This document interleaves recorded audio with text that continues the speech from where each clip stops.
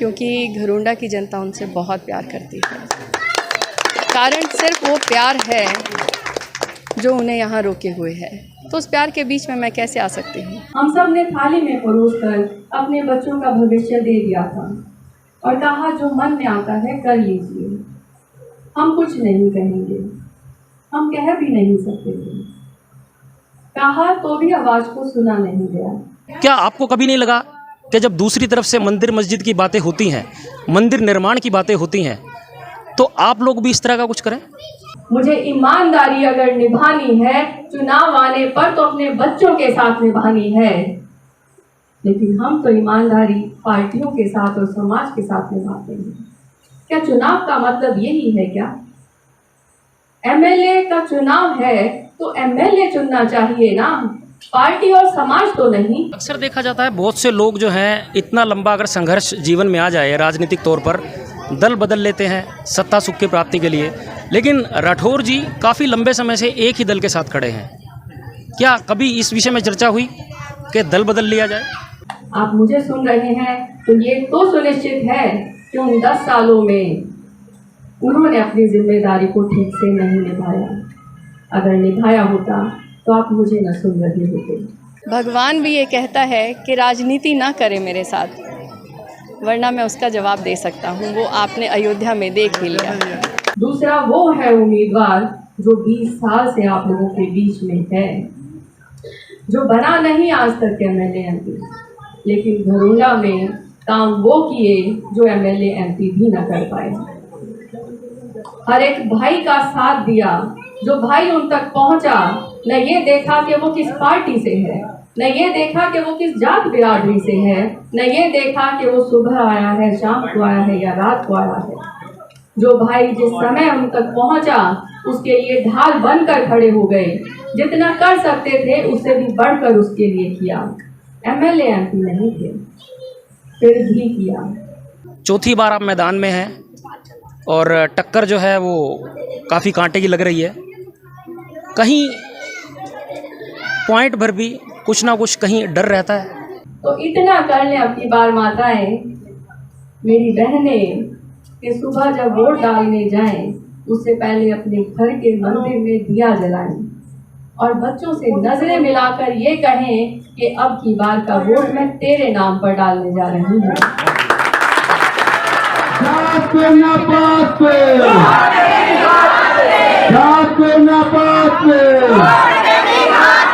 भाई वीरेंद्र जिंदाबाद, कांग्रेस पार्टी जिंदाबाद,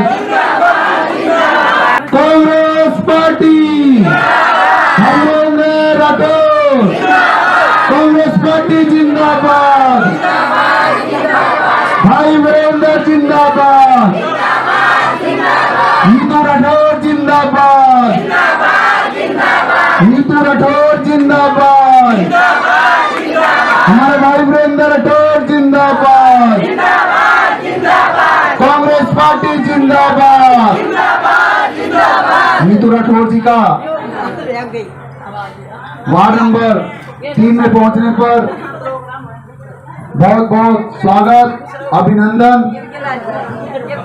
नारे जोर से लगाएं, कांग्रेस पार्टी, वीरेंद्र राठौर, जात पे ना पात पे, जात पे ना पात पे, कांग्रेस पार्टी, वीरेंद्र राठौर, कांग्रेस पार्टी जिंदाबाद, नीतू राठौर जिंदाबाद, भाई वीरेंद्र जिंदाबाद। जोरदार तालियों से स्वागत करें आपसे निवेदन आदरणीय डॉक्टर नीतू राठौर जी का, जो कि हमारे बड़े भाई वीरेंद्र राठौर जी की धर्मपत्नी हैं, हमारे बीच पहुंचे हैं। उनका पहुंचने पर हार्दिक अभिनंदन, बहुत बहुत स्वागत। कांग्रेस पार्टी, वीरेंद्र राठौर, जात पे ना पात पे, जात पे ना पात पे, लगेगी हाथ पे, वीरेंद्र राठौर, जात पे ना पात पे। हमारे प्यारे घरोंडा हल्का वासियों, ये कोई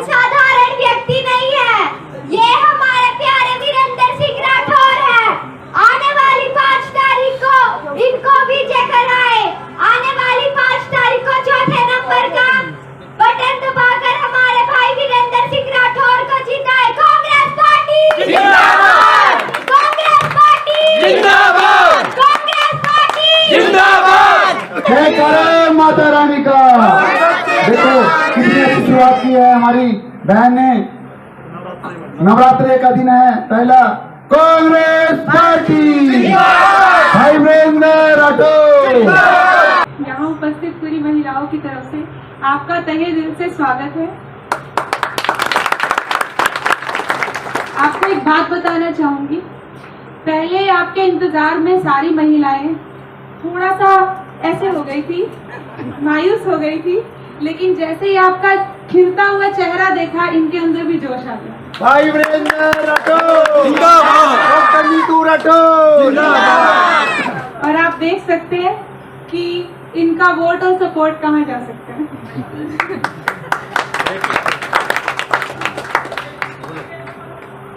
अब आप लोग भी तालियों से बता दीजिए वोट और सपोर्ट के बारे में।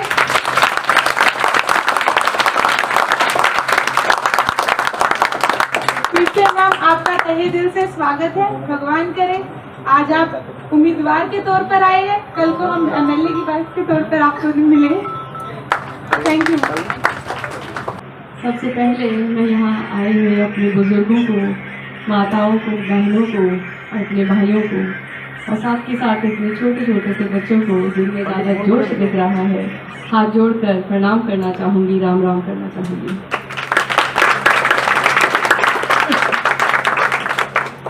मंच पर आसीन सुरेखा देवी, चन्नू देवी, राजबाला जी, बाला देवी जी, सुदेश जी,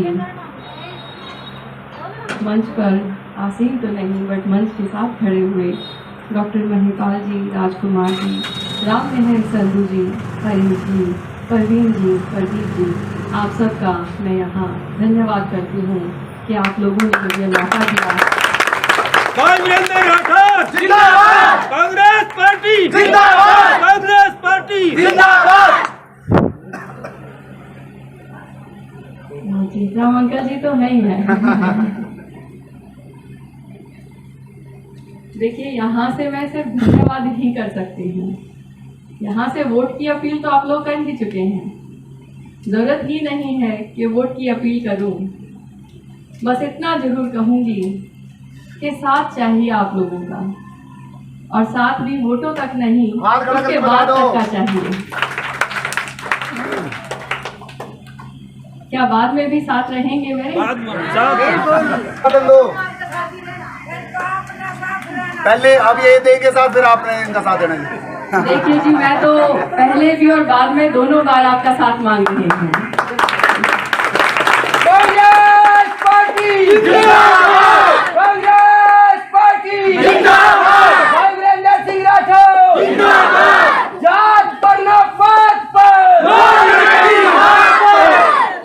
मैडम जी देख लो कितने खुश हैं, बड़ा का छोटा नहीं, वो जोश पूरा दिख रहा है। इस सारी गली आपके साथ। देखिए, हर जगह कहा गया मुझे कि जीत गए हैं हम। मैंने कहा हाँ ठीक है, जीत गए हैं हम, अब मेंटेन करके रखिए ना इस जीत को।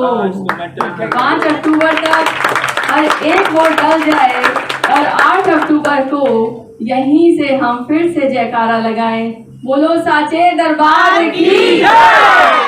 हमारी वोटें कहाँ पड़ेगी? आपके निशान पर। हमारी वोटें कहाँ पड़ेगी? आपके निशान पर। कुछ और बोलने की जरूरत है क्या? 8 तारीख को बोलना मैडम। 4 नंबर जी। देखिए, कहा जाता है कि महिलाएं बोले बिना नहीं रहती हैं। थोड़ी बात से उनका काम नहीं चलता। अगर बात शुरू हो जाए तो थोड़ी लंबी चलती है, तो थोड़ी सी और कर लेते हैं। देखिए, अभी सबको पता है 5 अक्टूबर को वोट डलेंगे। हर जगह जहां भी गई, हर किसी ने कहा कि हमने पिछले इलेक्शन में भी कांग्रेस को ही वोट डाला था। मैंने कहा हाँ, बात तो आपकी सही है, जितना जोश दिख रहा है उससे लग तो यही रहा है। तो उन्होंने कहा कि डाली तो थी हमने, लेकिन वो गई कहाँ? अब आप बताइए, आपने डाली और वो कहीं और चली गई, तो इसका मतलब आपका वोट डालने का अधिकार भी खत्म हो गया। आप जिसे चुनना चाहते हैं अगर उसे चुन ही नहीं पा रहे तो इसका मतलब वोट का अधिकार ही खत्म हो गया। हुआ कि नहीं हुआ? आपने डालना चाहा कांग्रेस को और वो वहां तक पहुंचा ही नहीं, तो वोट डालने का तो अधिकार रहा ही नहीं, बस हम जाकर बटन दबा रहे थे। तो कैसे सुनिश्चित करें कि अब की बार जो वोट डले वो कांग्रेस तक ही जाए? कैसे कर सकते हैं सुनिश्चित? देखिए, एक तरीका है, अगर अपना लेंगे तो कामयाब होने में कोई नहीं रोक सकता। वो तरीका भी आप लोग ही अपना सकते हैं, मैं सिर्फ बता सकती हूँ आप लोगों को। अगर आप लोग एकता कर लें, अगर आप सब एक हो जाएं, जो नहीं मान रहे हैं उन्हें भी हाथ जोड़कर मना लें कि भाई अब की बार हमारे कहने से दे दीजिए।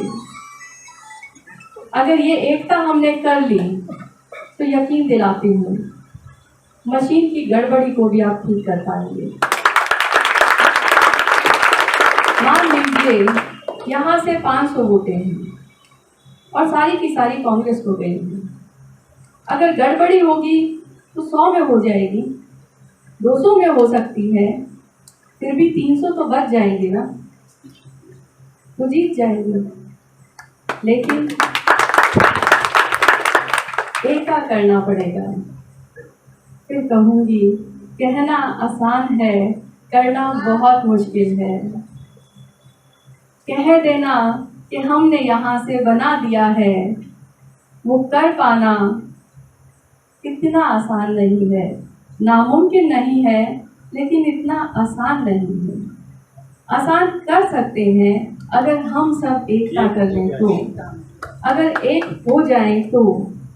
और एक होना भी किसके लिए है? आप बताइए, अगर आप वोट डालेंगे तो उस वोट का असर सबसे ज्यादा किसको पड़ेगा? हमें खुद को तो पड़ेगा, लेकिन उससे भी ज्यादा हमारे बच्चों पर पड़ेगा। हमारा वोट जो पहले भी हमने डाला, चुनाव किया, उसका रिजल्ट हम सब के सामने है। हम सब ने थाली में परोसकर अपने बच्चों का भविष्य दे दिया था और कहा जो मन में आता है कर लीजिए। हम कुछ नहीं कहेंगे, हम कह भी नहीं सकते थे। कहा तो भी आवाज को सुना नहीं गया। अब दोबारा मौका आया है। अब की बार अगर नहीं रोक लगाई गई तो जो बचा हुआ है वो भी हाथ से चला जाएगा। जो बच्चे हमारे आज नौकरियों पर होने चाहिए थे, जो बच्चे आज कंपटीशन की जो तैयारी कर रहे थे, कहीं ना कहीं एक बड़े ओहदे पर होने चाहिए थे, वो आज नहीं है। इन 10 सालों में कहने को विकास हुआ, लेकिन किसी के घर नहीं दिखा। महंगाई दिखी तो वो भी चरम सीमा पर, बेरोजगारी दिखी वो भी चरम सीमा पर, चीज़ें पब्लिक से प्राइवेट हो गई वो भी चरम सीमा पर। हर चीज़ बढ़ रही है, लेकिन उन्नति के लिए नहीं। अगर उन्नति के लिए होती तो शायद आप लोग मुझे सुन ही नहीं रहे होते। आप मुझे बाहर से ही कह देते कि जी विकास हो चुका है, जरूरत नहीं है अब किसी चीज़ की। है कि नहीं? महंगाई है जी, महंगाई सच है कि नहीं ये बात? अगर सच है, आज हम सब इकट्ठे हुए, आवाज आई कि बदलाव चाहिए। जहाँ कहीं भी जाते हैं हर कोई यही कह रहा है कि बदलाव चाहिए। अगर बदलाव चाहिए तो एकता करनी पड़ेगी, हर किसी को एकता करनी पड़ेगी। एक बात का जवाब दीजिए, महंगाई हुई तो क्या बीजेपी वालों के लिए अलग और कांग्रेस वालों के लिए अलग हुई, या सबके लिए बराबर हुई? सबके लिए बराबर। अगर बिजली के बिल बढ़े तो क्या वहां भी फर्क था? क्या सबके लिए बराबर था। बच्चों को रोजगार नहीं मिल रहे तो वो भी बराबर ही था ना। आज हरियाणा बेरोजगारी में नंबर 1 है, लेकिन फिर कहूंगी गलती किसकी? हमारी अपनी। तो सुधार कौन करेगा? हम करेंगे। लेकिन कैसे करेंगे? एक होकर। वोट की चोट तो है, लेकिन वोट अपना हो तभी तो चोट मारेंगे ना। वोट का तो अधिकार ही आपका आधा कर दिया, तो उसे पूरा करने के लिए एकता करनी पड़ेगी। एकता करनी पड़ेगी अपने बच्चों के लिए, उनके विकास के लिए। जब भी चुनाव आते हैं तो हम पार्टियां चुनने लग जाते हैं। हम ईमानदारी निभाते हैं कि मैं इस पार्टी से ईमानदारी रखूंगा क्योंकि मैं इस पार्टी से जुड़ा हुआ हूँ। दूसरा कहता है कि मैं इस पार्टी के साथ ईमानदारी रखूंगा क्योंकि मैं दूसरी पार्टी से जुड़ा हुआ हूँ। एक कहता है मेरे समाज का खड़ा है, मेरा भाई है, तो मैं उसके साथ खड़ा हूँगा। दूसरा कहता है मेरी बिरादरी का है, मुझे उसे चुनना है। लेकिन कोई ये नहीं कहता कि मेरे बच्चों के विकास की बात होनी चाहिए, मेरे बच्चों के उन्नति के साधन खुलने चाहिए। मुझे ईमानदारी अगर निभानी है चुनाव आने पर तो अपने बच्चों के साथ निभानी है। लेकिन हम तो ईमानदारी पार्टियों के साथ और समाज के साथ निभाते हैं। क्या चुनाव का मतलब यही है क्या? एमएलए का चुनाव है तो एमएलए चुनना चाहिए ना, पार्टी और समाज तो नहीं।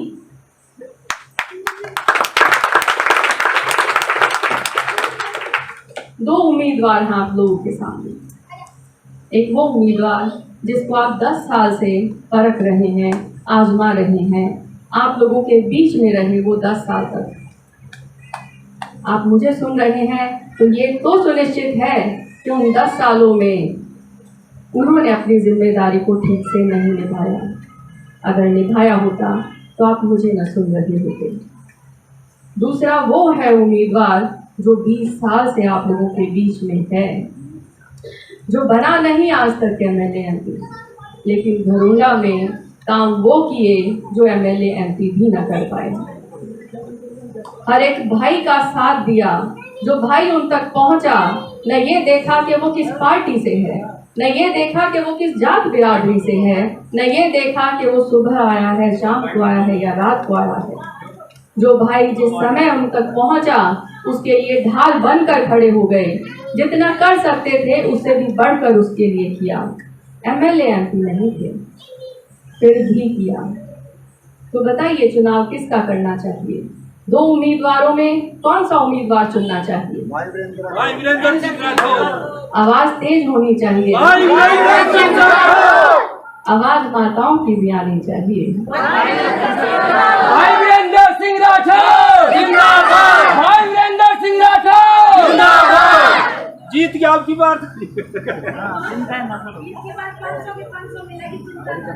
आपकी बार देखिए, फिर कहूंगी, कहना आसान है, करना मुश्किल है, नामुमकिन नहीं है।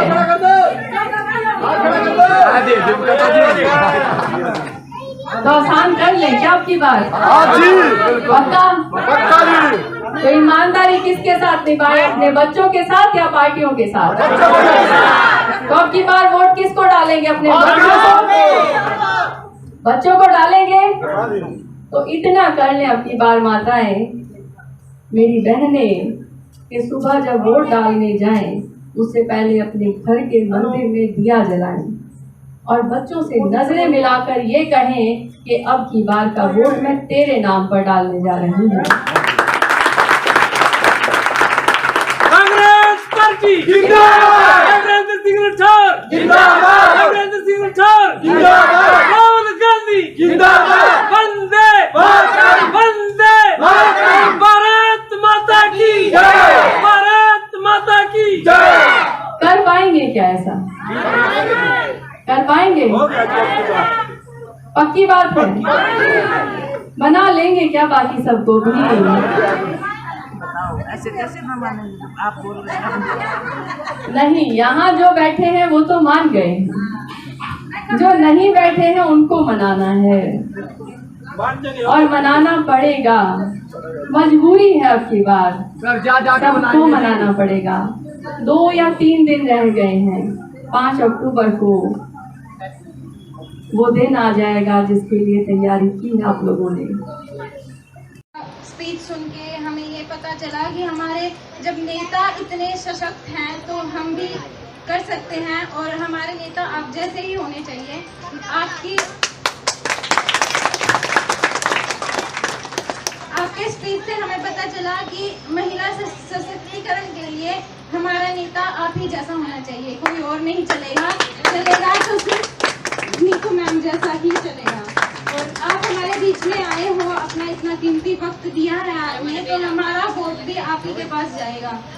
इनफैक्ट मैं तो अपना फर्स्ट वोट डालूंगी, तो मेरा ताड़ी बजाओ इसी बात पे। तो आप सब देख रहे हैं, चुनाव प्रचार पूरा जोरों पर है। सभी पार्टियां अपने अपने प्रत्याशियों के लिए जो है प्रचार कर रही हैं। इसी बीच घरोंडा विधानसभा से कांग्रेस के प्रत्याशी वीरेंद्र सिंह राठौर की धर्मपत्नी ने भी मोर्चा संभाला हुआ है। अलग अलग जाकर जनसभाएं कर रही हैं। आज धर्मवीर कॉलोनी में जनसभा कर रही थी, तो आज इनसे जानते हैं किस तरह का चुनाव प्रचार चल रहा है, क्या माहौल इन्हें लग रहा है। मैडम, आपका स्वागत है। Thank you so much. हाले हरियाणा भाई साहब, मैं आपका थैंक यू करूँगी। आज जो मुझे बोलने का मौका मिल रहा है तो थोड़ा बोल देना चाहिए। आपने पूछा कि कैसा चल रहा है, आप बताइए ना कैसा चल रहा है। हमारी तरफ कुछ से तो अच्छा रिस्पांस है। अगर आपकी तरफ से अच्छा है तो फिर तो अच्छा है ही, क्योंकि आप लोग ही तय कर सकते हैं अच्छा है कि नहीं। मैडम, मेरा सवाल है एक आपसे। 3 बार चुनाव इससे पहले लड़ चुके हैं वीरेंद्र जी, और तीनों बार अनफॉर्चुनेटली सक्सेस नहीं मिल पाई है। सवाल थोड़ा अलग से है। चुनाव प्रचार हम देख रहे हैं, और इस बार आप भी जो है फील्ड में काफ़ी टाइम पहले से ही, करीब मुझे लगता है कि 1-2 साल से आपने मोर्चा संभाल रखा है। तो मतलब किस तरह से देखती हैं आप? काफ़ी टाइम से आप जा रही हैं चुनाव प्रचार में, इस बार आप ज़्यादा एक्टिव दिख रही हैं। एक्टिव हैं, ये बात तो सही है। कारण आपके भाई साहब ही हैं। उन्होंने ही कहा मुझे कि मैं अपने भाइयों तक पहुंच जाता हूं, लेकिन मेरी बहनों तक कोई नहीं पहुंच पाया। मैं चाहता हूं कि उनका दुख भी सुख भी साझा किया जाए। तो उन्होंने मुझे कहा कि आप सबके बीच में जाइए, उनसे बातचीत करिए, जो भी दिक्कत परेशानी है आप मुझ तक पहुंचाइए। इस वजह से मैं वहाँ एज ए पॉलिटिशियन तो राठौर जी को लगभग सभी लोग जानते होंगे, सिर्फ विधानसभा में नहीं, विधानसभा से बाहर भी। लेकिन एज ए हस्बैंड वो आप ही सही तरह बता सकती हैं, व्यक्तिगत तौर पर राठौर जी कैसे हैं? देखिए, जो दिखता है वही सच होता है। जैसे वो आप सबके बीच में दिखते हैं वैसे ही हैं। इतना लंबा संघर्ष रहा राठौर जी का, करीब 20 साल हो गए, फिर भी वो फील्ड में बने रहे। कई बार कोई ऐसा लम्हा आया होगा, आप कभी अकेले बैठे हो उनके साथ, कभी ऐसा विचार आया कि गिव अप करके अपनी और ही दुनिया में कुछ और सुख तलाशें? देखिए, गिव अप करना होता तो शायद पहले ही इलेक्शन में कर जाते। अब वीरेंद्र सिंह राठौर कोई ऐसे नहीं, बहुत ही लंबी रेस के हैं। तो और इस वजह से हैं क्योंकि घरोंडा की जनता उनसे बहुत प्यार करती है। कारण सिर्फ वो प्यार है जो उन्हें यहाँ रोके हुए है। तो उस प्यार के बीच में मैं कैसे आ सकती हूँ, बताइए आप। बहुत बड़ी बात कही आपने। चलिए खैर, अच्छा एक चीज़ मैं और जानना चाहूँगा। हम भी पिछले काफ़ी समय से, जब से चुनाव शुरू हुआ है, हम भी गांव-गांव जा रहे हैं। धर्म की राजनीति पिछले करीब 10-15 सालों से बहुत ज़्यादा हावी है। मंदिर मस्जिद के नाम पर तो केंद्र की सत्ता तक बन जाती है। लेकिन एक चीज़ हमें पता चली, गांव फरीदपुर जो घरोंडा की विधानसभा में है, वहाँ पर आप लोगों की तरफ से ही अपने एंड पर, अपने खर्चे पर एक बहुत बड़ा जो है शिव का मंदिर का निर्माण किया जा रहा है। लेकिन कभी भी उसका जिक्र नहीं हुआ, कभी किसी चुनाव प्रचार में नहीं, कहीं भी नहीं। क्या आपको कभी नहीं लगा कि जब दूसरी तरफ से मंदिर मस्जिद की बातें होती हैं, मंदिर निर्माण की बातें होती हैं, तो आप लोग भी इस तरह का कुछ करें? देखिए, अगर राजनीति करनी होती तो शायद जिस दिन नींव रखी गई थी उसी दिन चर्चा हो जाती। अगर चर्चाएं आपके बीच में नहीं आई हैं तो मंदिर की राजनीति तो करना ही नहीं है, ये तो तय है। बात की मंदिर की राजनीति 10-12 साल से चल रही है, आप सब जानते हैं। भगवान भी ये कहता है कि राजनीति ना करे मेरे साथ, वरना मैं उसका जवाब दे सकता हूँ। वो आपने अयोध्या में देख ही लिया। रही बात वीरेंद्र सिंह राठौर जी की, तो वो एक भक्त हैं और वो भी भोलेनाथ के। तो भोलेनाथ जी प्रकट हुए और उन्हें चुना अपने मंदिर के लिए, तो एक बहुत बड़ी बात है। और इसके साथ अगर राजनीति की जाए तो भक्ति खत्म हो जाएगी। जिस तरीके के इंसान वीरेंद्र सिंह राठौर जी हैं, मुझे नहीं लगता कि वो किसी भी चीज़ में राजनीति करते हैं। वो सिर्फ आप लोगों के प्यार से बंधे हुए हैं और सदैव बंधे रहेंगे। मैं चाहूँगी कि राजनीति ना हो, सिर्फ प्यार ही प्यार हो चारों तरफ। अक्सर देखा जाता है बहुत से लोग जो हैं इतना लंबा अगर संघर्ष जीवन में आ जाए राजनीतिक तौर पर, दल बदल लेते हैं सत्ता सुख की प्राप्ति के लिए, लेकिन राठौर जी काफ़ी लंबे समय से एक ही दल के साथ खड़े हैं। क्या कभी इस विषय में चर्चा हुई कि दल बदल लिया जाए? देखिए, दल बदलने की बात तब होती जब विचारधारा से आपका जुड़ाव ना होता। कांग्रेस की विचारधारा ही ऐसी है कि जिसने अच्छे से उसे समझ लिया वो उसे कभी छोड़ ही नहीं सकता। ऐसी विचारधारा जो 36 बिरादरी को साथ लेकर चलती है, न धर्म में बांटती है, बस कर्म करना जानती है। 70 साल से जहाँ हम सुई नहीं बना सकते थे, वहाँ इतनी सारी सरकारी सुविधाएं बना दी, वो कांग्रेस की देन है। तो मैं तो बस इतना ही कहूँगी कि विचारधारा है, उस धारा के साथ जुड़े हुए हैं, उस धारा से परे नहीं हो सकते। अंतिम सवाल है, चौथी बार आप मैदान में हैं और टक्कर जो है वो काफ़ी कांटे की लग रही है। कहीं पॉइंट भर भी कुछ ना कुछ कहीं डर रहता है? लगता है आपको ऐसा? जब इतना साथ मिल रहा है तो डर की तो कहीं बात ही नहीं है। ज़्यादा बात नहीं कहूँगी। डर वहाँ ख़त्म हो जाता है जब परिवार साथ खड़ा हो जाता है। ताकत वहाँ बन जाती है जब सब अपने हो जाते हैं। सब कहते हैं कि कार्यकर्ता, मैं कहती हूँ मेरा परिवार बड़ा हुआ। मैं आई इस क्षेत्र में, मैंने अपने परिवार को बहुत पास से जाना और आज तो आप देख रहे होंगे कि बीजेपी से भी उठकर हमारे परिवार में शामिल हो रहे हैं और मैं दोनों हाथों से स्वागत कर रही हूँ उनका और धन्यवाद करती हूँ कि इस विचारधारा के साथ आप भी जुड़कर देखें। आप खुद कहेंगे कि ऐसी विचारधारा और किसी की नहीं हो सकती जो कांग्रेस की है। बहुत बहुत धन्यवाद।